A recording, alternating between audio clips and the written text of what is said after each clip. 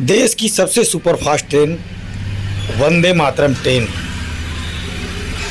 राजनांदगांव के इस शहर से होकर गुजर जाएगी और लोग केवल झंडे दिखाते रह जाएंगे, जबकि राजनांदगांव संस्कारधानी नगरी के नाम से जाना जाता है।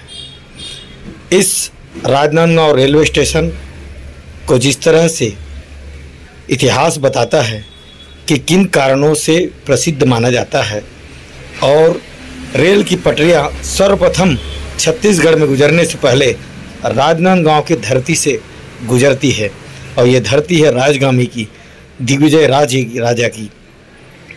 और इतने सब सहूलियत करने के बावजूद राष्ट्रीय उपाध्यक्ष हमारे विधायक डॉक्टर रमन होने के बावजूद आज यह ट्रेन यहाँ पर नहीं रुकने वाली है। इसका कारण आखिर क्या है? क्या वो संघर्ष है? क्या ये वो संघ नहीं है? क्या हम में एकता नहीं है? या फिर यह स्टेशन उन ट्रेन के लिए रुकने के लायक नहीं है? आखिर क्या है, क्या बात है?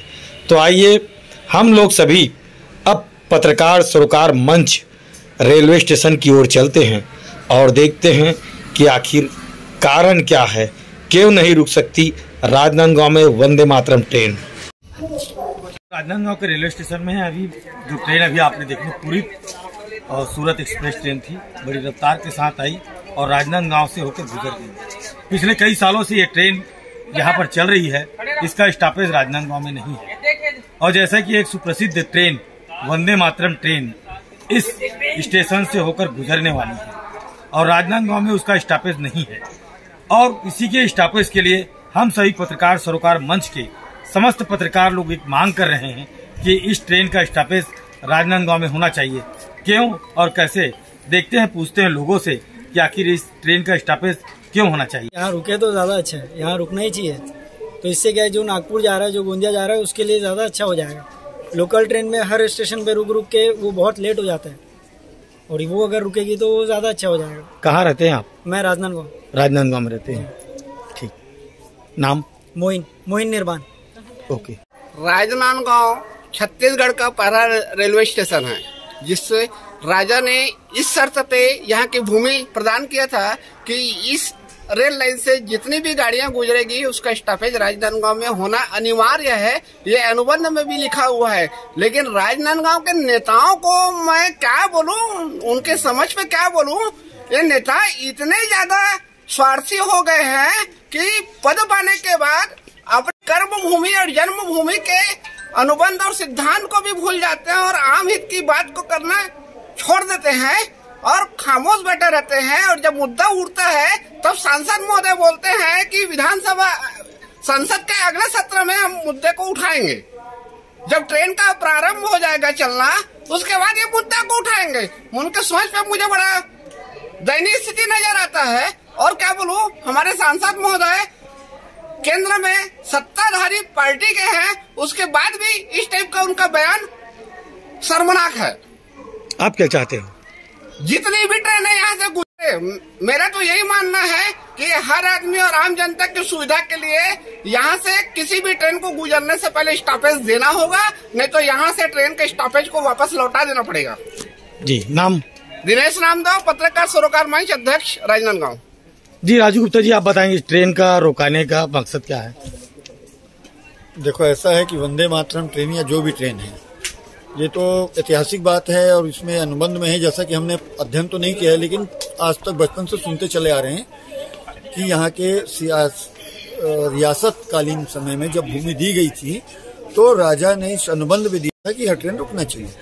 फिर उसके बाद ठीक बात है, कभी कभी क्या होता है कि बहुत सी चीजों को हम समझ सकते हैं कि शासन बहुत दूर दृष्टिकोण से भी कुछ चीज को माने, लेकिन चूंकि अब शहर भी छोटा नहीं रह गया, शहर का आकार बड़ा हो चुका है, बहुत ज़्यादा जनसंख्या भी हो चुकी है, तो मैं नहीं समझता हूँ कि उनको रुकने में कोई हानि होगी। और रुकना चाहिए हर ट्रेन, क्योंकि यहाँ से बहुत सारे व्यापारिक गतिविधियाँ, राजनीतिक गतिविधियाँ का केंद्र है एक प्रकार से। जी, आप कुछ बोलना चाहेंगे? रुकना चाहिए, हर एक ट्रेन को यहाँ रुकना चाहिए। जी, भोजेश साहू जी, आप बताएं।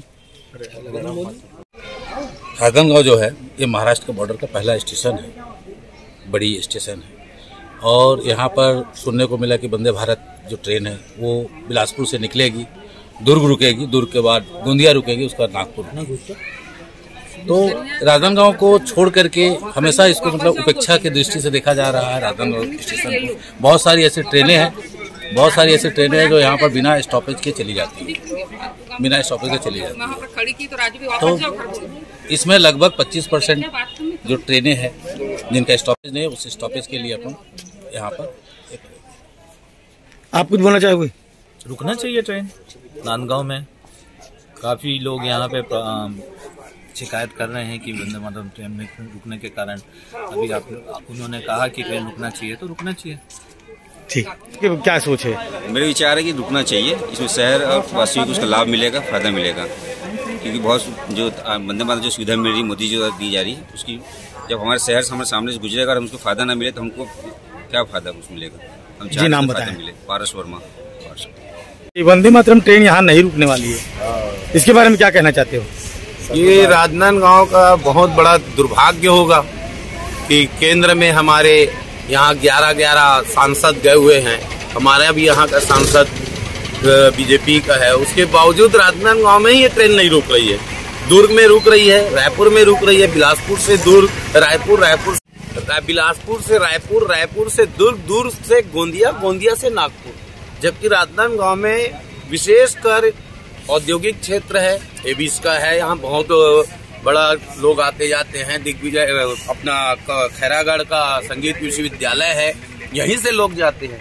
हमारी मांग है कि राजनांदगांव में यह ट्रेन रुकना चाहिए। नाम? सचिन टुहाटे।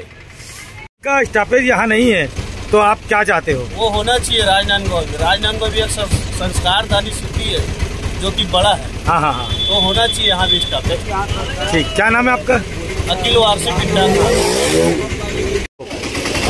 हम लोग यही लोकल राजनांदगांव से है। क्या करते हैं आप? हम चलाते हैं ऑटो, रेलवे स्टेशन से ही हम लोग ऑटो चलाते हैं। और ये राजगामी संपदा है।